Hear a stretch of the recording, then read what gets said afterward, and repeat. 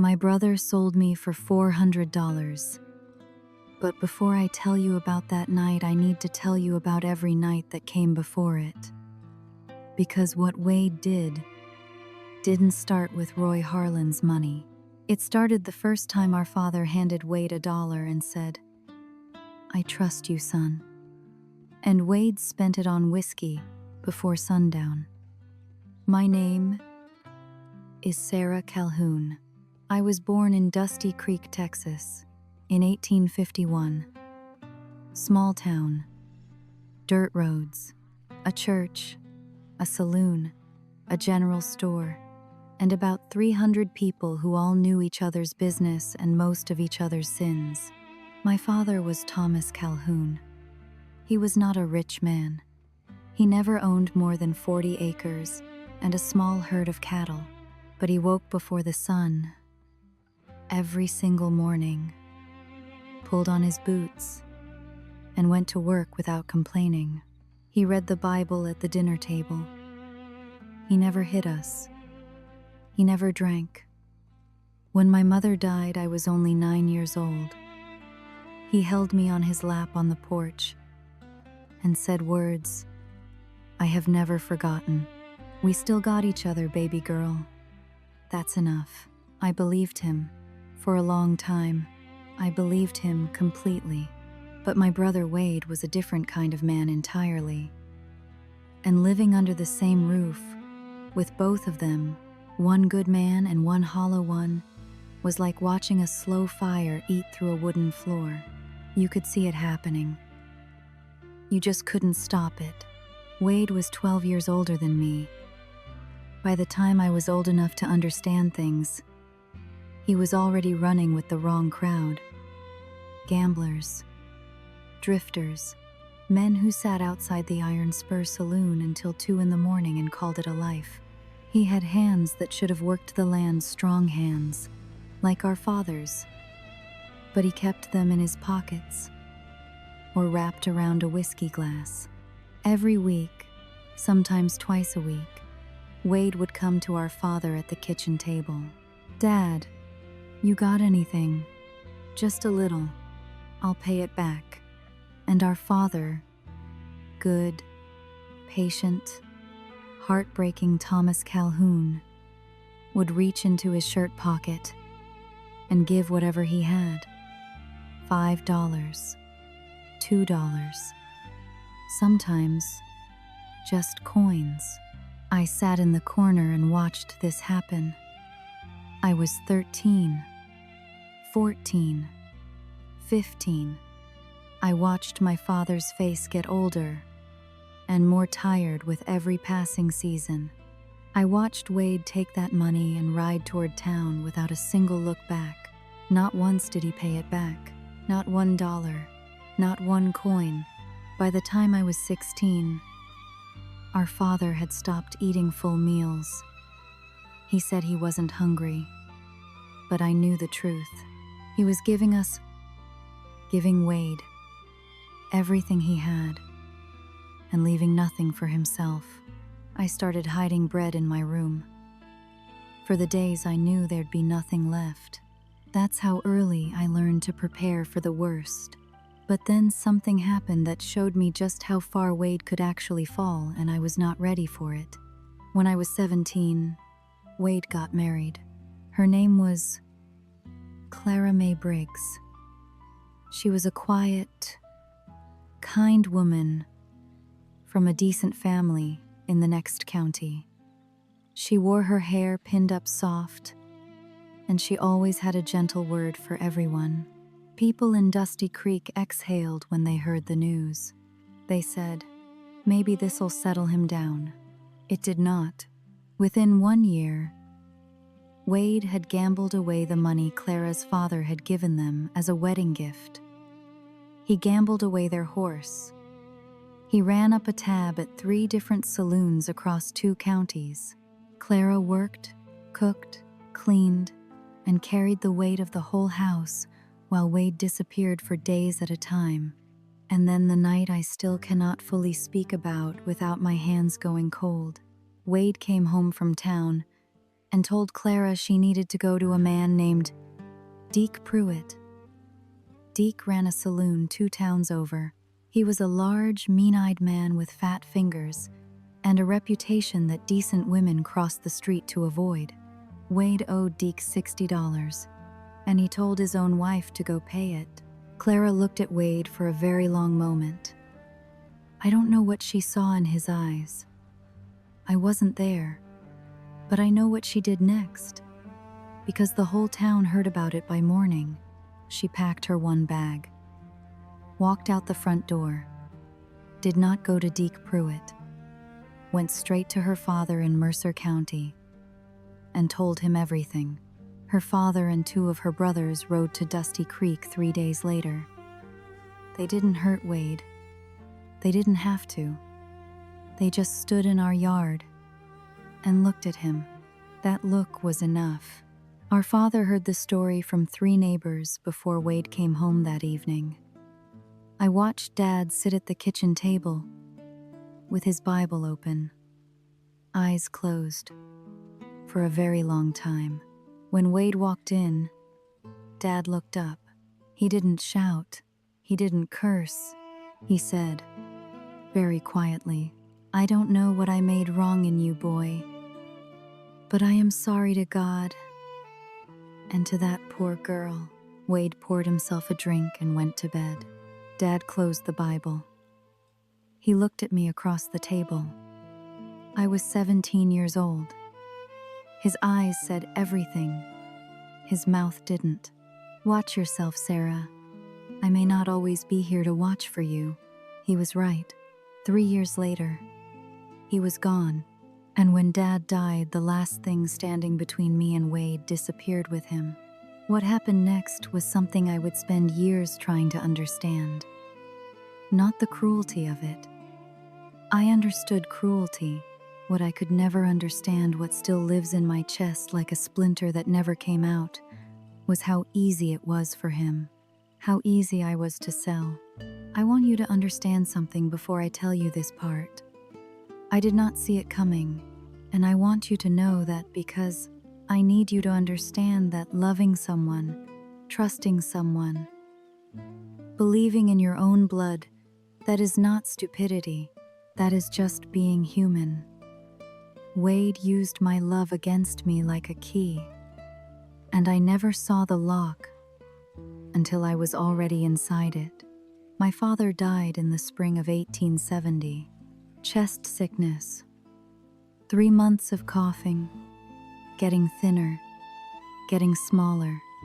I slept in a chair beside his bed for the last 2 weeks.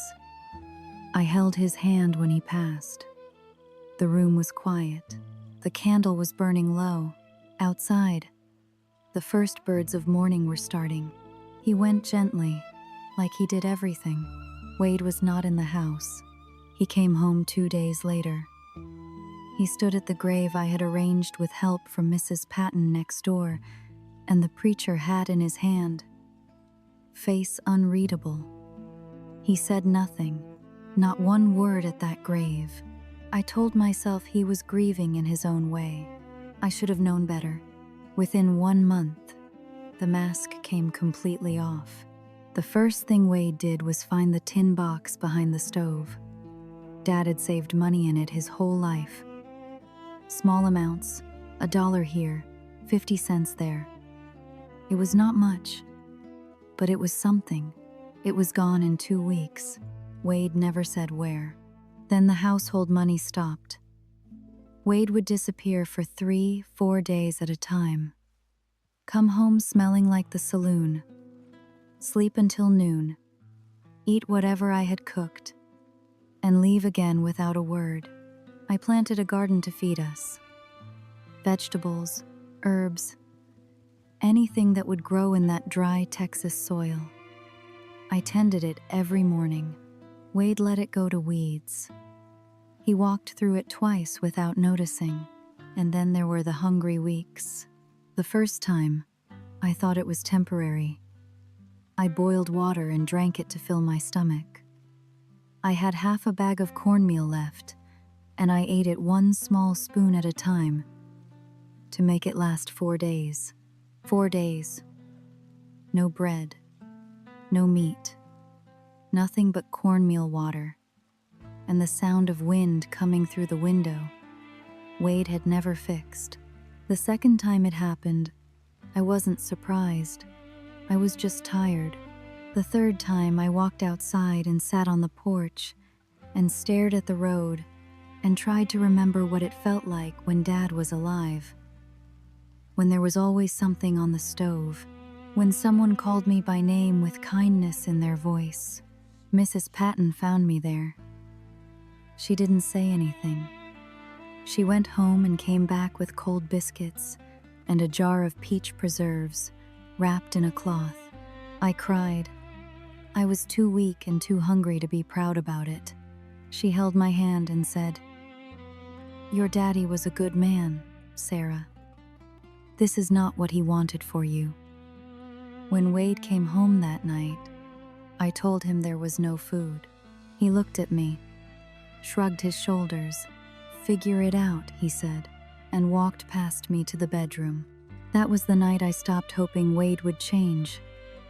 Something inside me went very still and very quiet. I stopped begging, stopped explaining, stopped looking at him with any expectation at all. I started watching him instead. I started paying attention to who he owed money to, how much, how often. I noticed names. I noticed faces. I filed it all away in the back of my mind without knowing yet why I was doing it. I was just surviving, one day at a time, watching, waiting. I didn't know yet what I was waiting for. Then came the summer of 1873, and a man named Roy Harlan. Roy Harlan was the wealthiest cattle rancher in 3 counties. Big man, silver belt buckle, cold gray eyes that looked at everything the same way property. He had buried 2 wives already. Nobody asked how. Wade had been losing to Roy at the card table for months. Small losses at first, then bigger ones, rolled together. By July, Wade owed Roy Harlan $400. $400 was a fortune in 1873. I did not know this. I did not know about the debt. Wade had not told me. He never told me the important things. On a Tuesday night in July, Wade lost his last hand at the Iron Spur saloon. He laid his cards down. Roy Harlan leaned back in his chair, cigar in his teeth, and looked at Wade across the table. He said 4 words. "You got one thing left." Wade rode home that night. I was already in bed. I heard him come in. I heard him sit at the kitchen table for a long time in the dark. I heard the chair scrape. I heard his boots on the floor. I didn't think anything of it. Wade came home at all hours. The next morning, he knocked on my bedroom door and told me to put on my Sunday dress. Said Roy Harlan was coming by. Said it was business. Said I should be polite. I put on the dress. I pinned my hair back. I came out to the kitchen. I trusted him. He was my blood, my only family. Roy Harlan arrived at 9 in the morning. He sat at our kitchen table, the table where Dad had read scripture, where Clara May had once served coffee, where I had spent 3 hungry nights waiting for something to eat. And he looked at me the way I had watched him look at his cattle. He placed $400 in cash on the table. He slid it toward Wade. Wade picked it up. He stood. He walked to my bedroom door, the door I had just come out of, and locked it from the outside with a key I had never known existed. He put the key in his pocket. Then he looked at Roy Harlan and said, "If you want her, she's yours." I didn't move for 3 full seconds. Then I understood. I ran to that door. I hit it with both hands. I screamed Wade's name. I screamed it again and again until my voice cracked. I heard his boots on the porch. I heard his horse.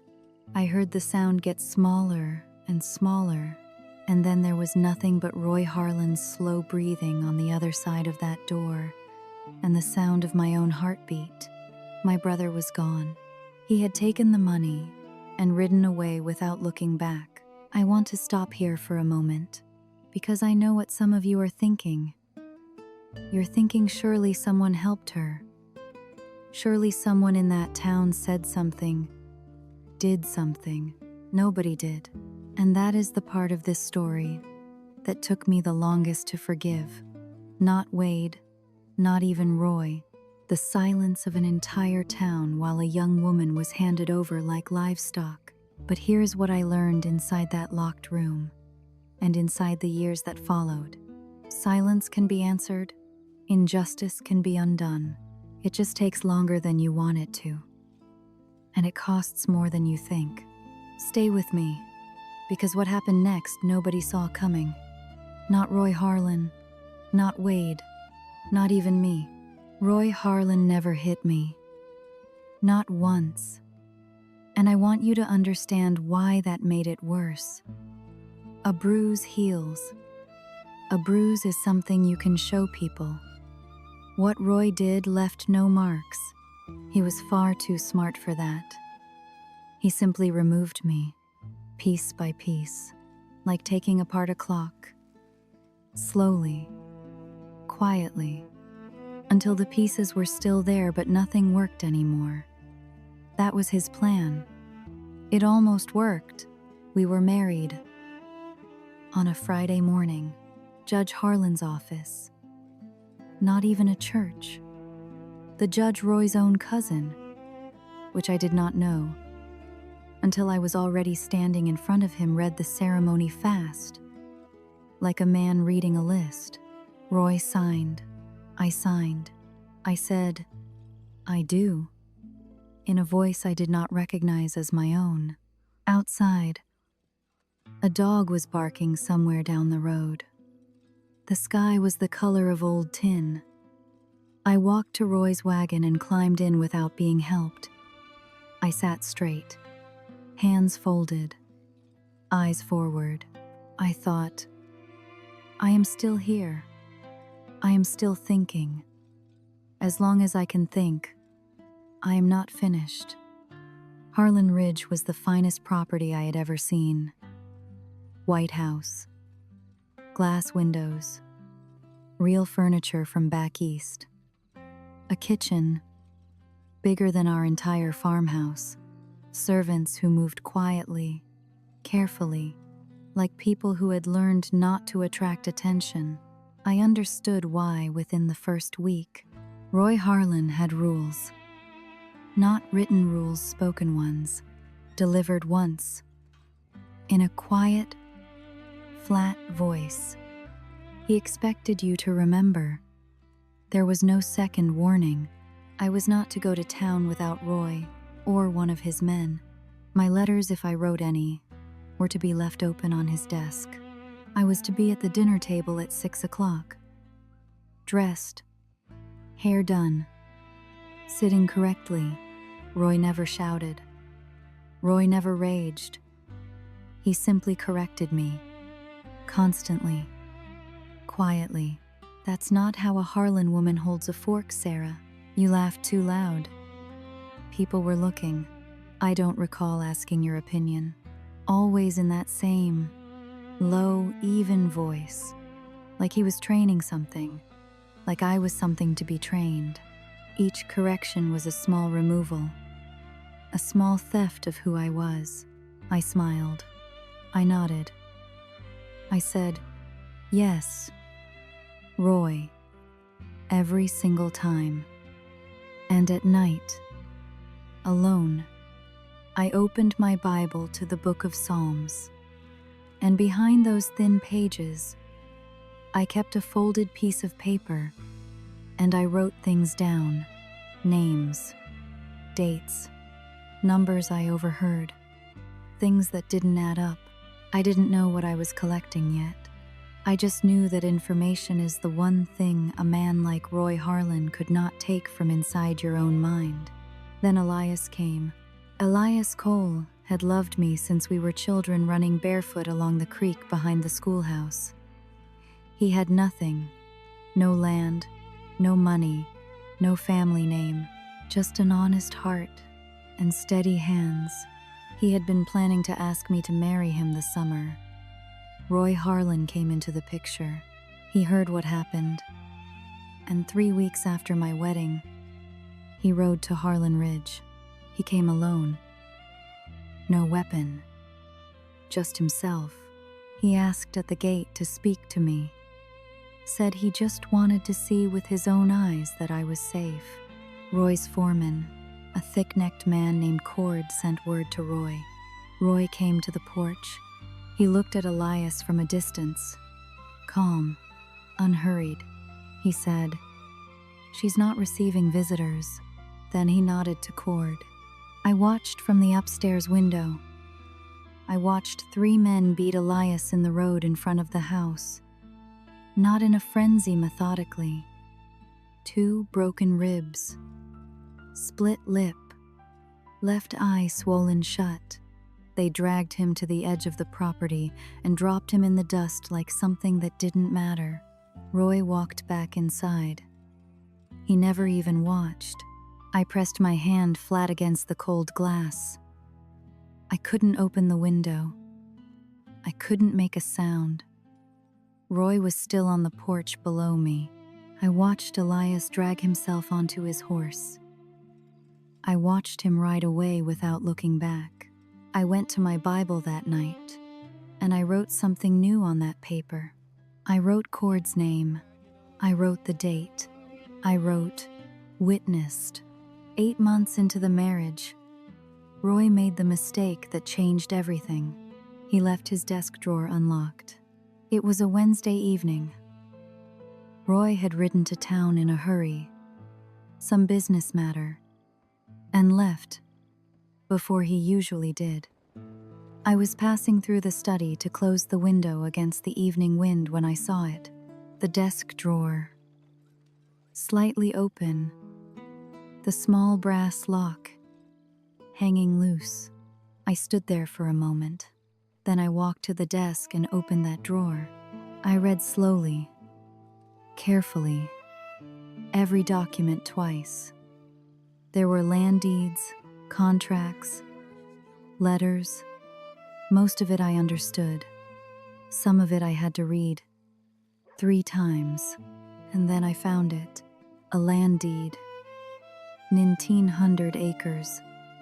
Signed by a man named Gerald Finch. Dated 1861. The signature was wrong.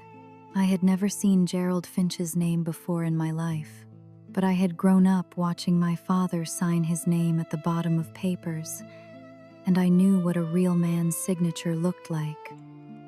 The small imperfections, the natural weight of a pen held by a human hand.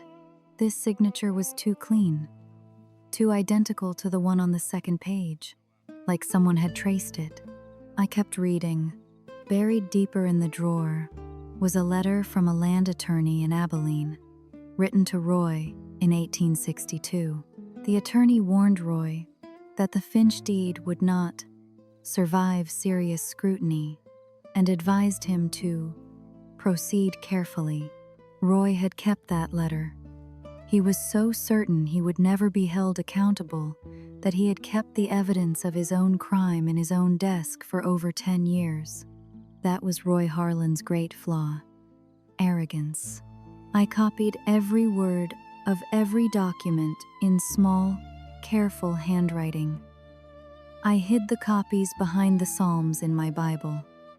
I put every original back, exactly where I found it. I straightened the folder. I closed the drawer. I went to the kitchen and made Roy's coffee for the next morning. My hands were completely steady. For the first time since that locked door, I felt something I had almost forgotten: hope. Now, I want to ask you something before we go further. If you're watching this right now, whether it's 2 in the afternoon or midnight where you are, I want you to drop a comment and tell me, because the people who find this story, I've noticed, find it at very specific moments in their lives, and I want to know where you are. Also, if this story is hitting close to home, if you've ever had someone you trusted, use that trust against you.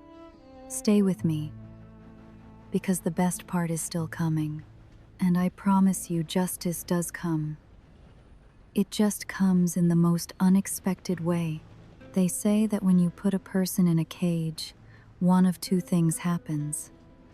They break, or they get very, very quiet, and they start to think. Roy Harlan thought he had put a woman in a cage. What he had actually done was give me 2 years of uninterrupted time to dismantle him. He handed me the keys to his own destruction. He just didn't know it yet. When 2 years passed inside Harlan Ridge, I want to be honest with you about those 2 years. There were days that were very dark, days when I sat in that parlor, surrounded by expensive furniture that wasn't mine, in a house that wasn't mine, wearing a name that wasn't mine, and I felt like something had been hollowed out of my chest. But I did not stay in those days. I gave myself until sunset to feel it. Then I got up and I went back to work, because inside that house, I was invisible. Roy Harlan talked at me, but he never talked to me. He never considered that I was listening. He never imagined that the quiet woman at his dinner table, nodding and saying, "Yes, Roy," was filing every word away. I talked to Ernesto, the older Mexican man who managed the stables.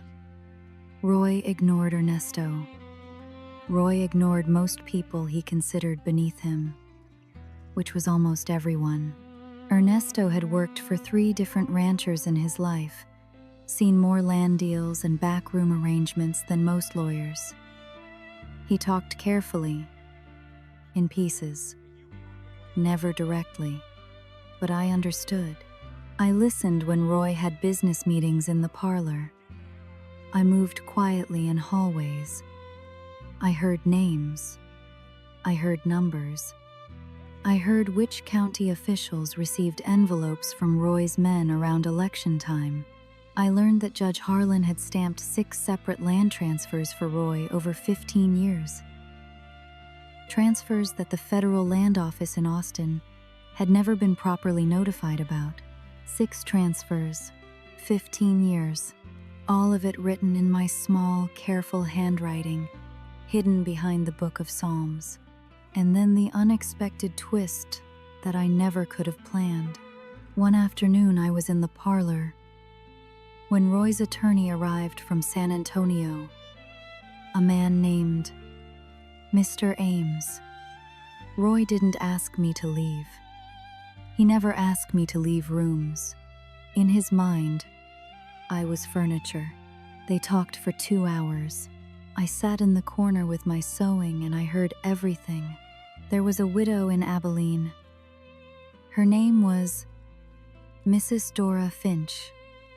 Her husband, Gerald, had died in 1861, the same year the forged deed was dated. She had spent years writing letters to the county land office, asking about her husband's property. The letters had been quietly buried by Judge Harlan's office, I now understood. But apparently someone in Austin had recently taken notice. Roy told Mr. Ames, "Handle it. Pay her if you have to. Small amount. Make it go away." Mr. Ames left. Roy went back to his newspaper. I kept my eyes on my sewing. My needle did not pause, but inside my chest, something shifted into place like a key turning in a lock. Dora Finch was real. She was alive, and she was still looking. Meanwhile, Wade Calhoun was disappearing.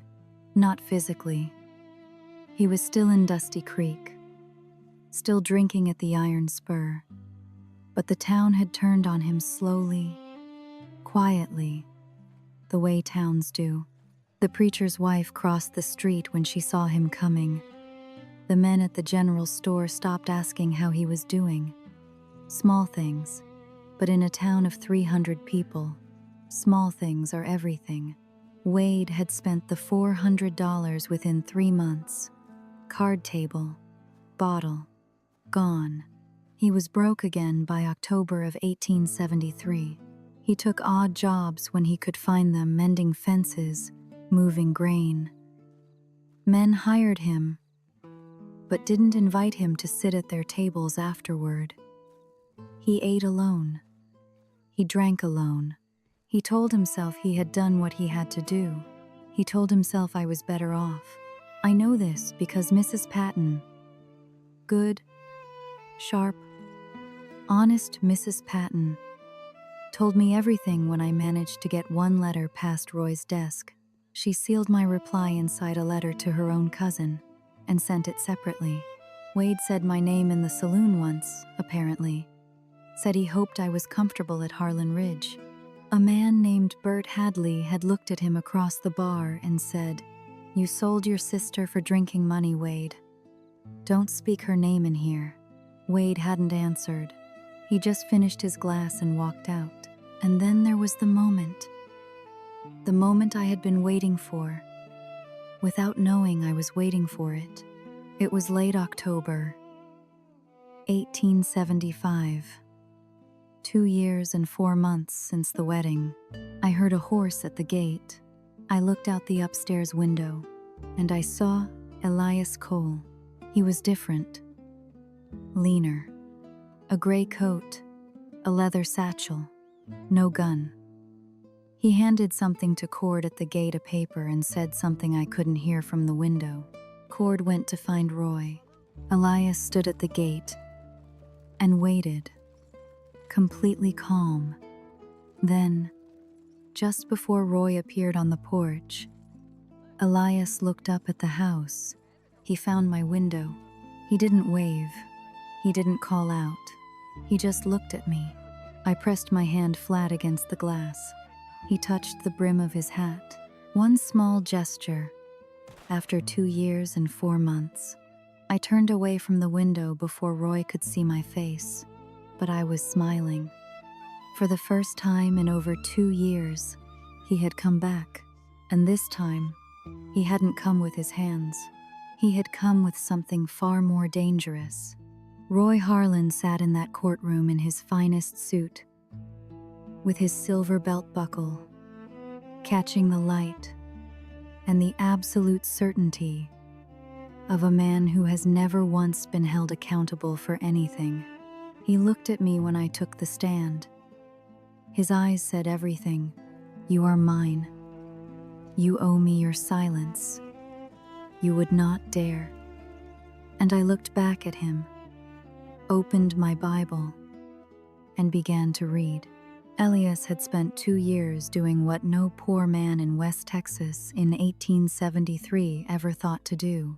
He learned the law. He had ridden to San Antonio after they beat him in the road at Harlan Ridge, 2 broken ribs, riding 3 days with his left eye swollen shut.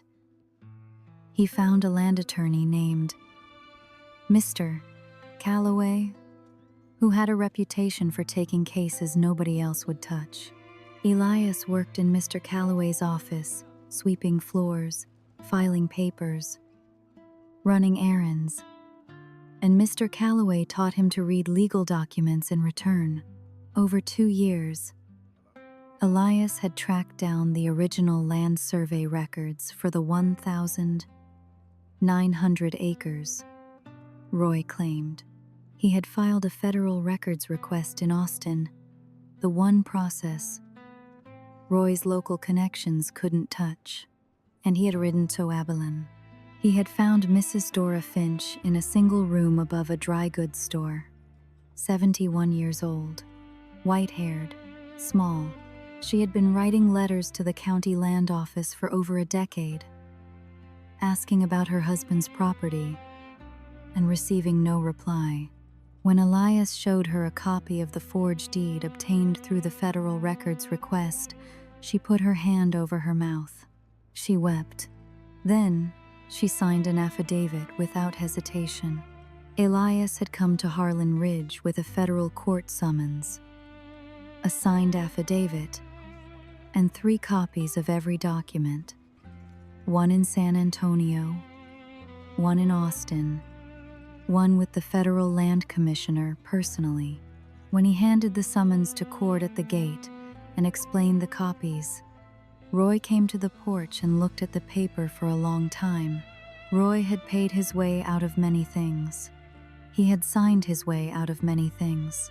He had buried 2 wives and stamped 6 fraudulent deeds and ruined a widow in Abilene and bought a 22-year-old girl from her own brother, and he had never once been touched. He looked up at Elias at his gate, and for the first time, I think, Roy Harlan felt something cold move through him. He took the summons inside. He sent for his attorney. He said nothing to me that evening at dinner, but he poured himself a drink, his first drink in our 2 years together. I noticed. The case opened in the county courthouse 6 weeks later. Roy came in his finest suit, silver belt buckle. He sat straight, shoulders back, the way powerful men sit when they are still certain. His attorney, expensive, from San Antonio, sat beside him with a leather case full of papers. Judge Harlan moved to take his seat on the bench. A man stood up in the back of the room. He introduced himself as a representative of the Federal Land Commissioner's office in Austin. He said politely that a federal land fraud case fell outside the jurisdiction of a county judge, particularly a county judge whose name appeared on several of the documents in question. He gestured to the bench. Judge Harlan sat down. He did not speak again for the rest of the trial. The room was very quiet. Elias presented the forged deed, the original survey records, Mrs. Dora Finch's affidavit, and then, to a ripple of whispers across the courtroom, Elias called Mrs. Finch herself. She had ridden 3 days from Abilene, 71 years old, traveling alone, because she said she wanted to see it with her own eyes. She testified for 20 minutes. Clear, simple. The land had been her husband's. She had never sold it. She had never signed anything. Her husband had died in 1861, and within 1 year, the land had simply disappeared from the county records. Roy's attorney objected twice. He was overruled both times, and then I was called to the stand. Roy looked at me when I walked to the front of that room. His eyes were steady, controlled, but I had spent 2 years learning his face, and I saw what was underneath the control. Fear. I took my seat. I folded my hands. I looked directly back at him. Then I opened my Bible. I removed the pages from behind the Psalms, the pages I had written by candlelight over 2 years inside his own house. And I handed them to Elias one by one. I read each document aloud. Names, dates, figures, the 6 land transfers, the county officials, the envelopes delivered around election time, the attorney's letter from 1862, warning Roy that the Finch deed would not survive scrutiny. The letter Roy had kept in his own desk for over 10 years because he was certain he would never need to be afraid.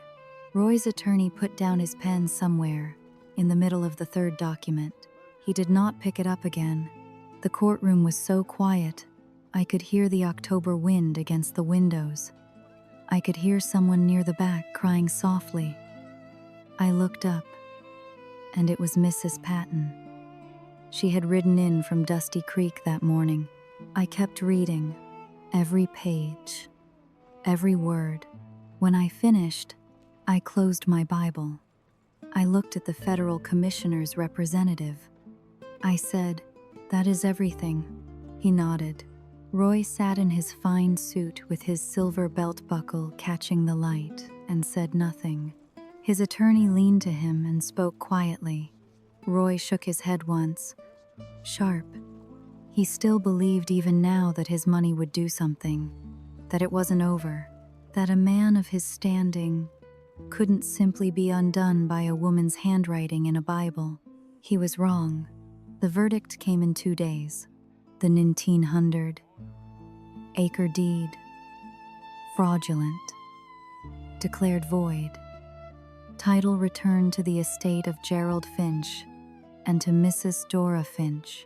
Roy Harlan lost the land that was the core of his empire. Within 30 days, his cattle contracts, which required that land as collateral, collapsed. The bank called his loans. His ranch hands left when the wages stopped. His business partners in San Antonio stopped returning his letters one by one. Judge Harlan was investigated by the federal office.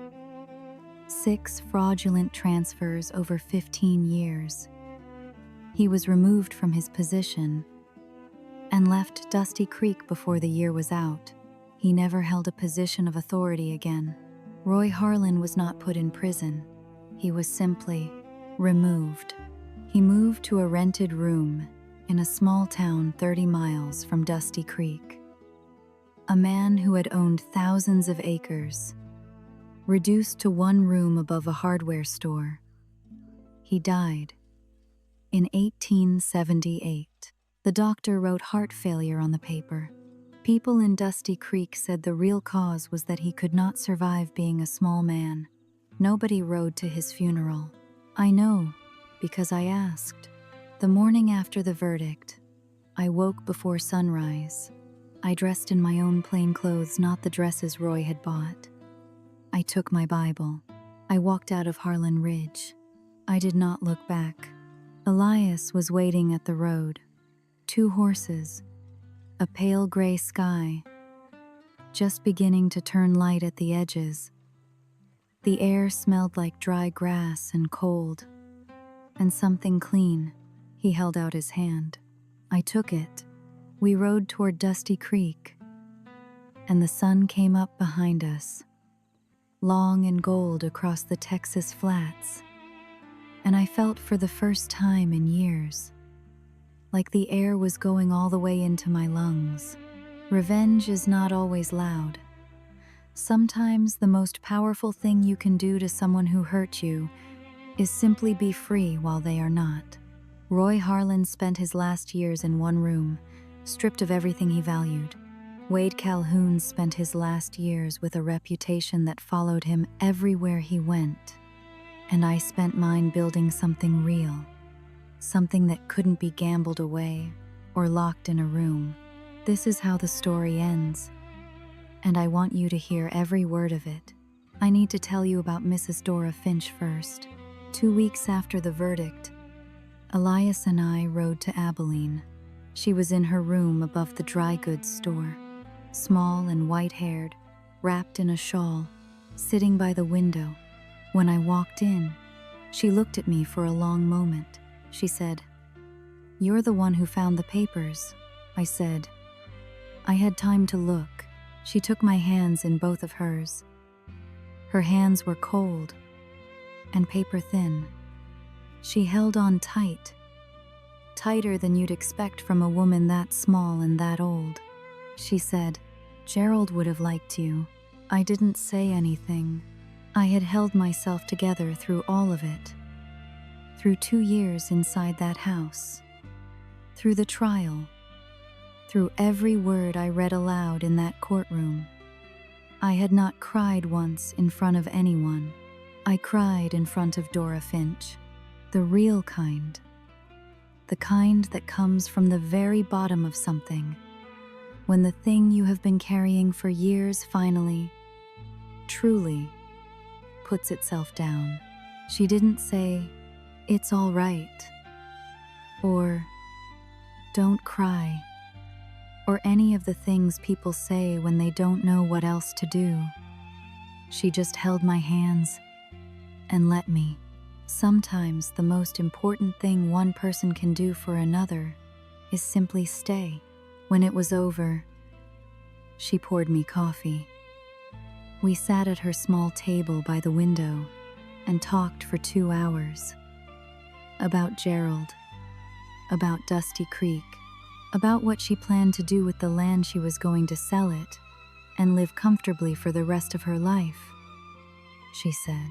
And she was going to donate a portion to the church in Abilene that had fed her when she had nothing. When we left, she stood in the doorway and watched us go. I looked back once. She raised one hand, just a small wave. I raised mine back. Elias and I married in the spring. The church in Dusty Creek, the one with the bell that had been cracked for years and nobody had fixed. Someone had finally repaired it over the winter. I didn't know who. Mrs. Patton claimed she had nothing to do with it and smiled in a way that said she had everything to do with it. The ceremony was small. The preacher read from scripture. Mrs. Patton sat in the front row and started crying before anyone had said a single word. I carried wildflowers. I had picked them myself from the field behind our house the evening before, walking with Elias in the last light, not talking much, just walking, just breathing. When Elias kissed me at the end of the ceremony, Mrs. Patton made a sound that was half sob and half laugh that made the whole room smile. The bell rang, not cracked, not dull, clear and clean, all the way across Dusty Creek. I stood in the doorway of that church and listened to it. I thought about my father, Thomas Calhoun, who woke before sunrise every day of his life and asked nothing from the world but to work and love his family honestly, who gave his last dollar to a son who never deserved it and held his daughter's hand and said, "We still got each other, baby girl." I thought, he would have been here. He would have been in the front row next to Mrs. Patton, crying before anyone said a word. The thought hurt. It always will.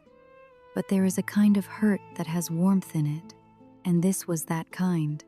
Now I have to tell you about Wade. 6 months after the wedding, a cold March evening, I was in the kitchen when I heard knocking at the front door.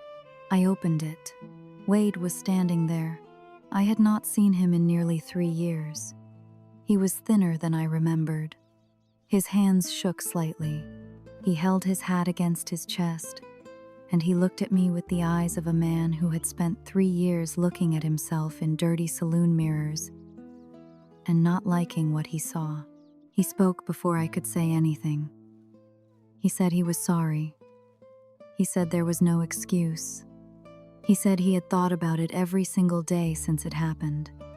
He said Dad would never have forgiven him. He said he had not forgiven himself. He cried, real tears running down his face. He didn't try to stop them or wipe them away. I stood in the doorway and listened to every word. I believed him. That's the thing I want you to understand. I actually believed him. Wade was not lying. He was genuinely broken by what he had done. It had eaten him from the inside for 3 years, and what was standing on my porch was what was left. When he finished, I was quiet for a moment. Then I said, "I know you're sorry, Wade, but sorry doesn't unlock a door." I went inside. I came back with a cloth bundle biscuits, dried meat, $10 folded inside a piece of cloth. I held it out to him. He took it with both hands. I looked at him for one more moment. I saw my father's nose in his face, my father's jawline. I saw the ghost of the boy he might have been in a different life, with different choices. I said, "You can eat tonight." After that, I don't know what to tell you. I closed the door, softly. No anger, no tears, no drama, just done. Elias was standing in the kitchen doorway. He had heard everything. He looked at me for a moment. I said, "Don't." He nodded. He came and stood beside me. He didn't say anything. We stood there together until we heard Wade's footsteps leave the porch, until the sound got smaller and smaller, until there was nothing left but the wind through the kitchen window. Wade left Dusty Creek that spring. Nobody heard much from him after that. Some said he went to Oklahoma. Some said New Mexico. Mrs. Patton heard from a cousin in Abilene that a man matching his description had found work on a cattle drive and was trying to get himself straight. I hope that's true. I want it to be true. But hope is not the same as waiting. And I was done waiting for Wade Calhoun to become someone different. Some doors close softly. They're still closed. One evening, maybe a year after the trial, I was sitting on the porch of our house. The sun was going down red and wide over the Texas flats the way it does in autumn, like the whole sky is slowly catching fire. Elias was beside me. Not talking. Just there, the way he always was. Just present. I was holding my Bible in my lap. I opened it to the Psalms, to the place behind the pages, where for 2 years I had kept my folded copies, my careful handwriting, my evidence. There was nothing there now, just thin, clean paper. I ran my finger across the empty space. I thought about that locked door, about the sound of Wade's boots on the porch, about Roy Harlan's cold gray eyes, about 3 days with no food and a borrowed jar of peach preserves and an old woman who told me my father was a good man, about Elias's hand at the gate in the gray October morning, about Dora Finch's cold hands holding mine, about a cracked bell finally ringing clear. I closed the Bible. I set it on my knee.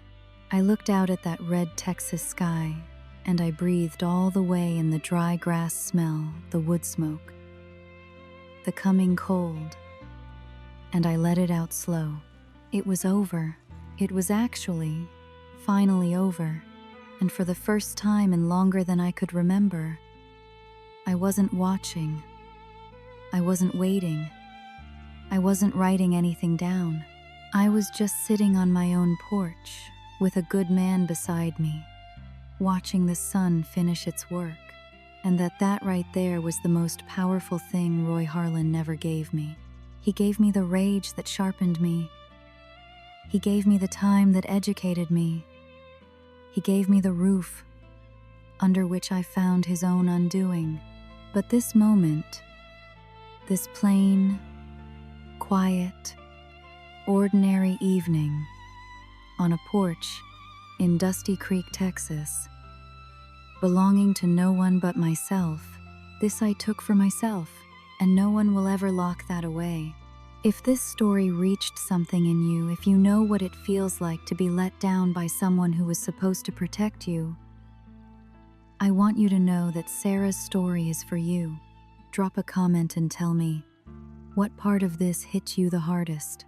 And if you want to hear more stories like this, real, human, emotionally honest stories from a time when people survived things we can barely imagine, subscribe, because there are more stories coming.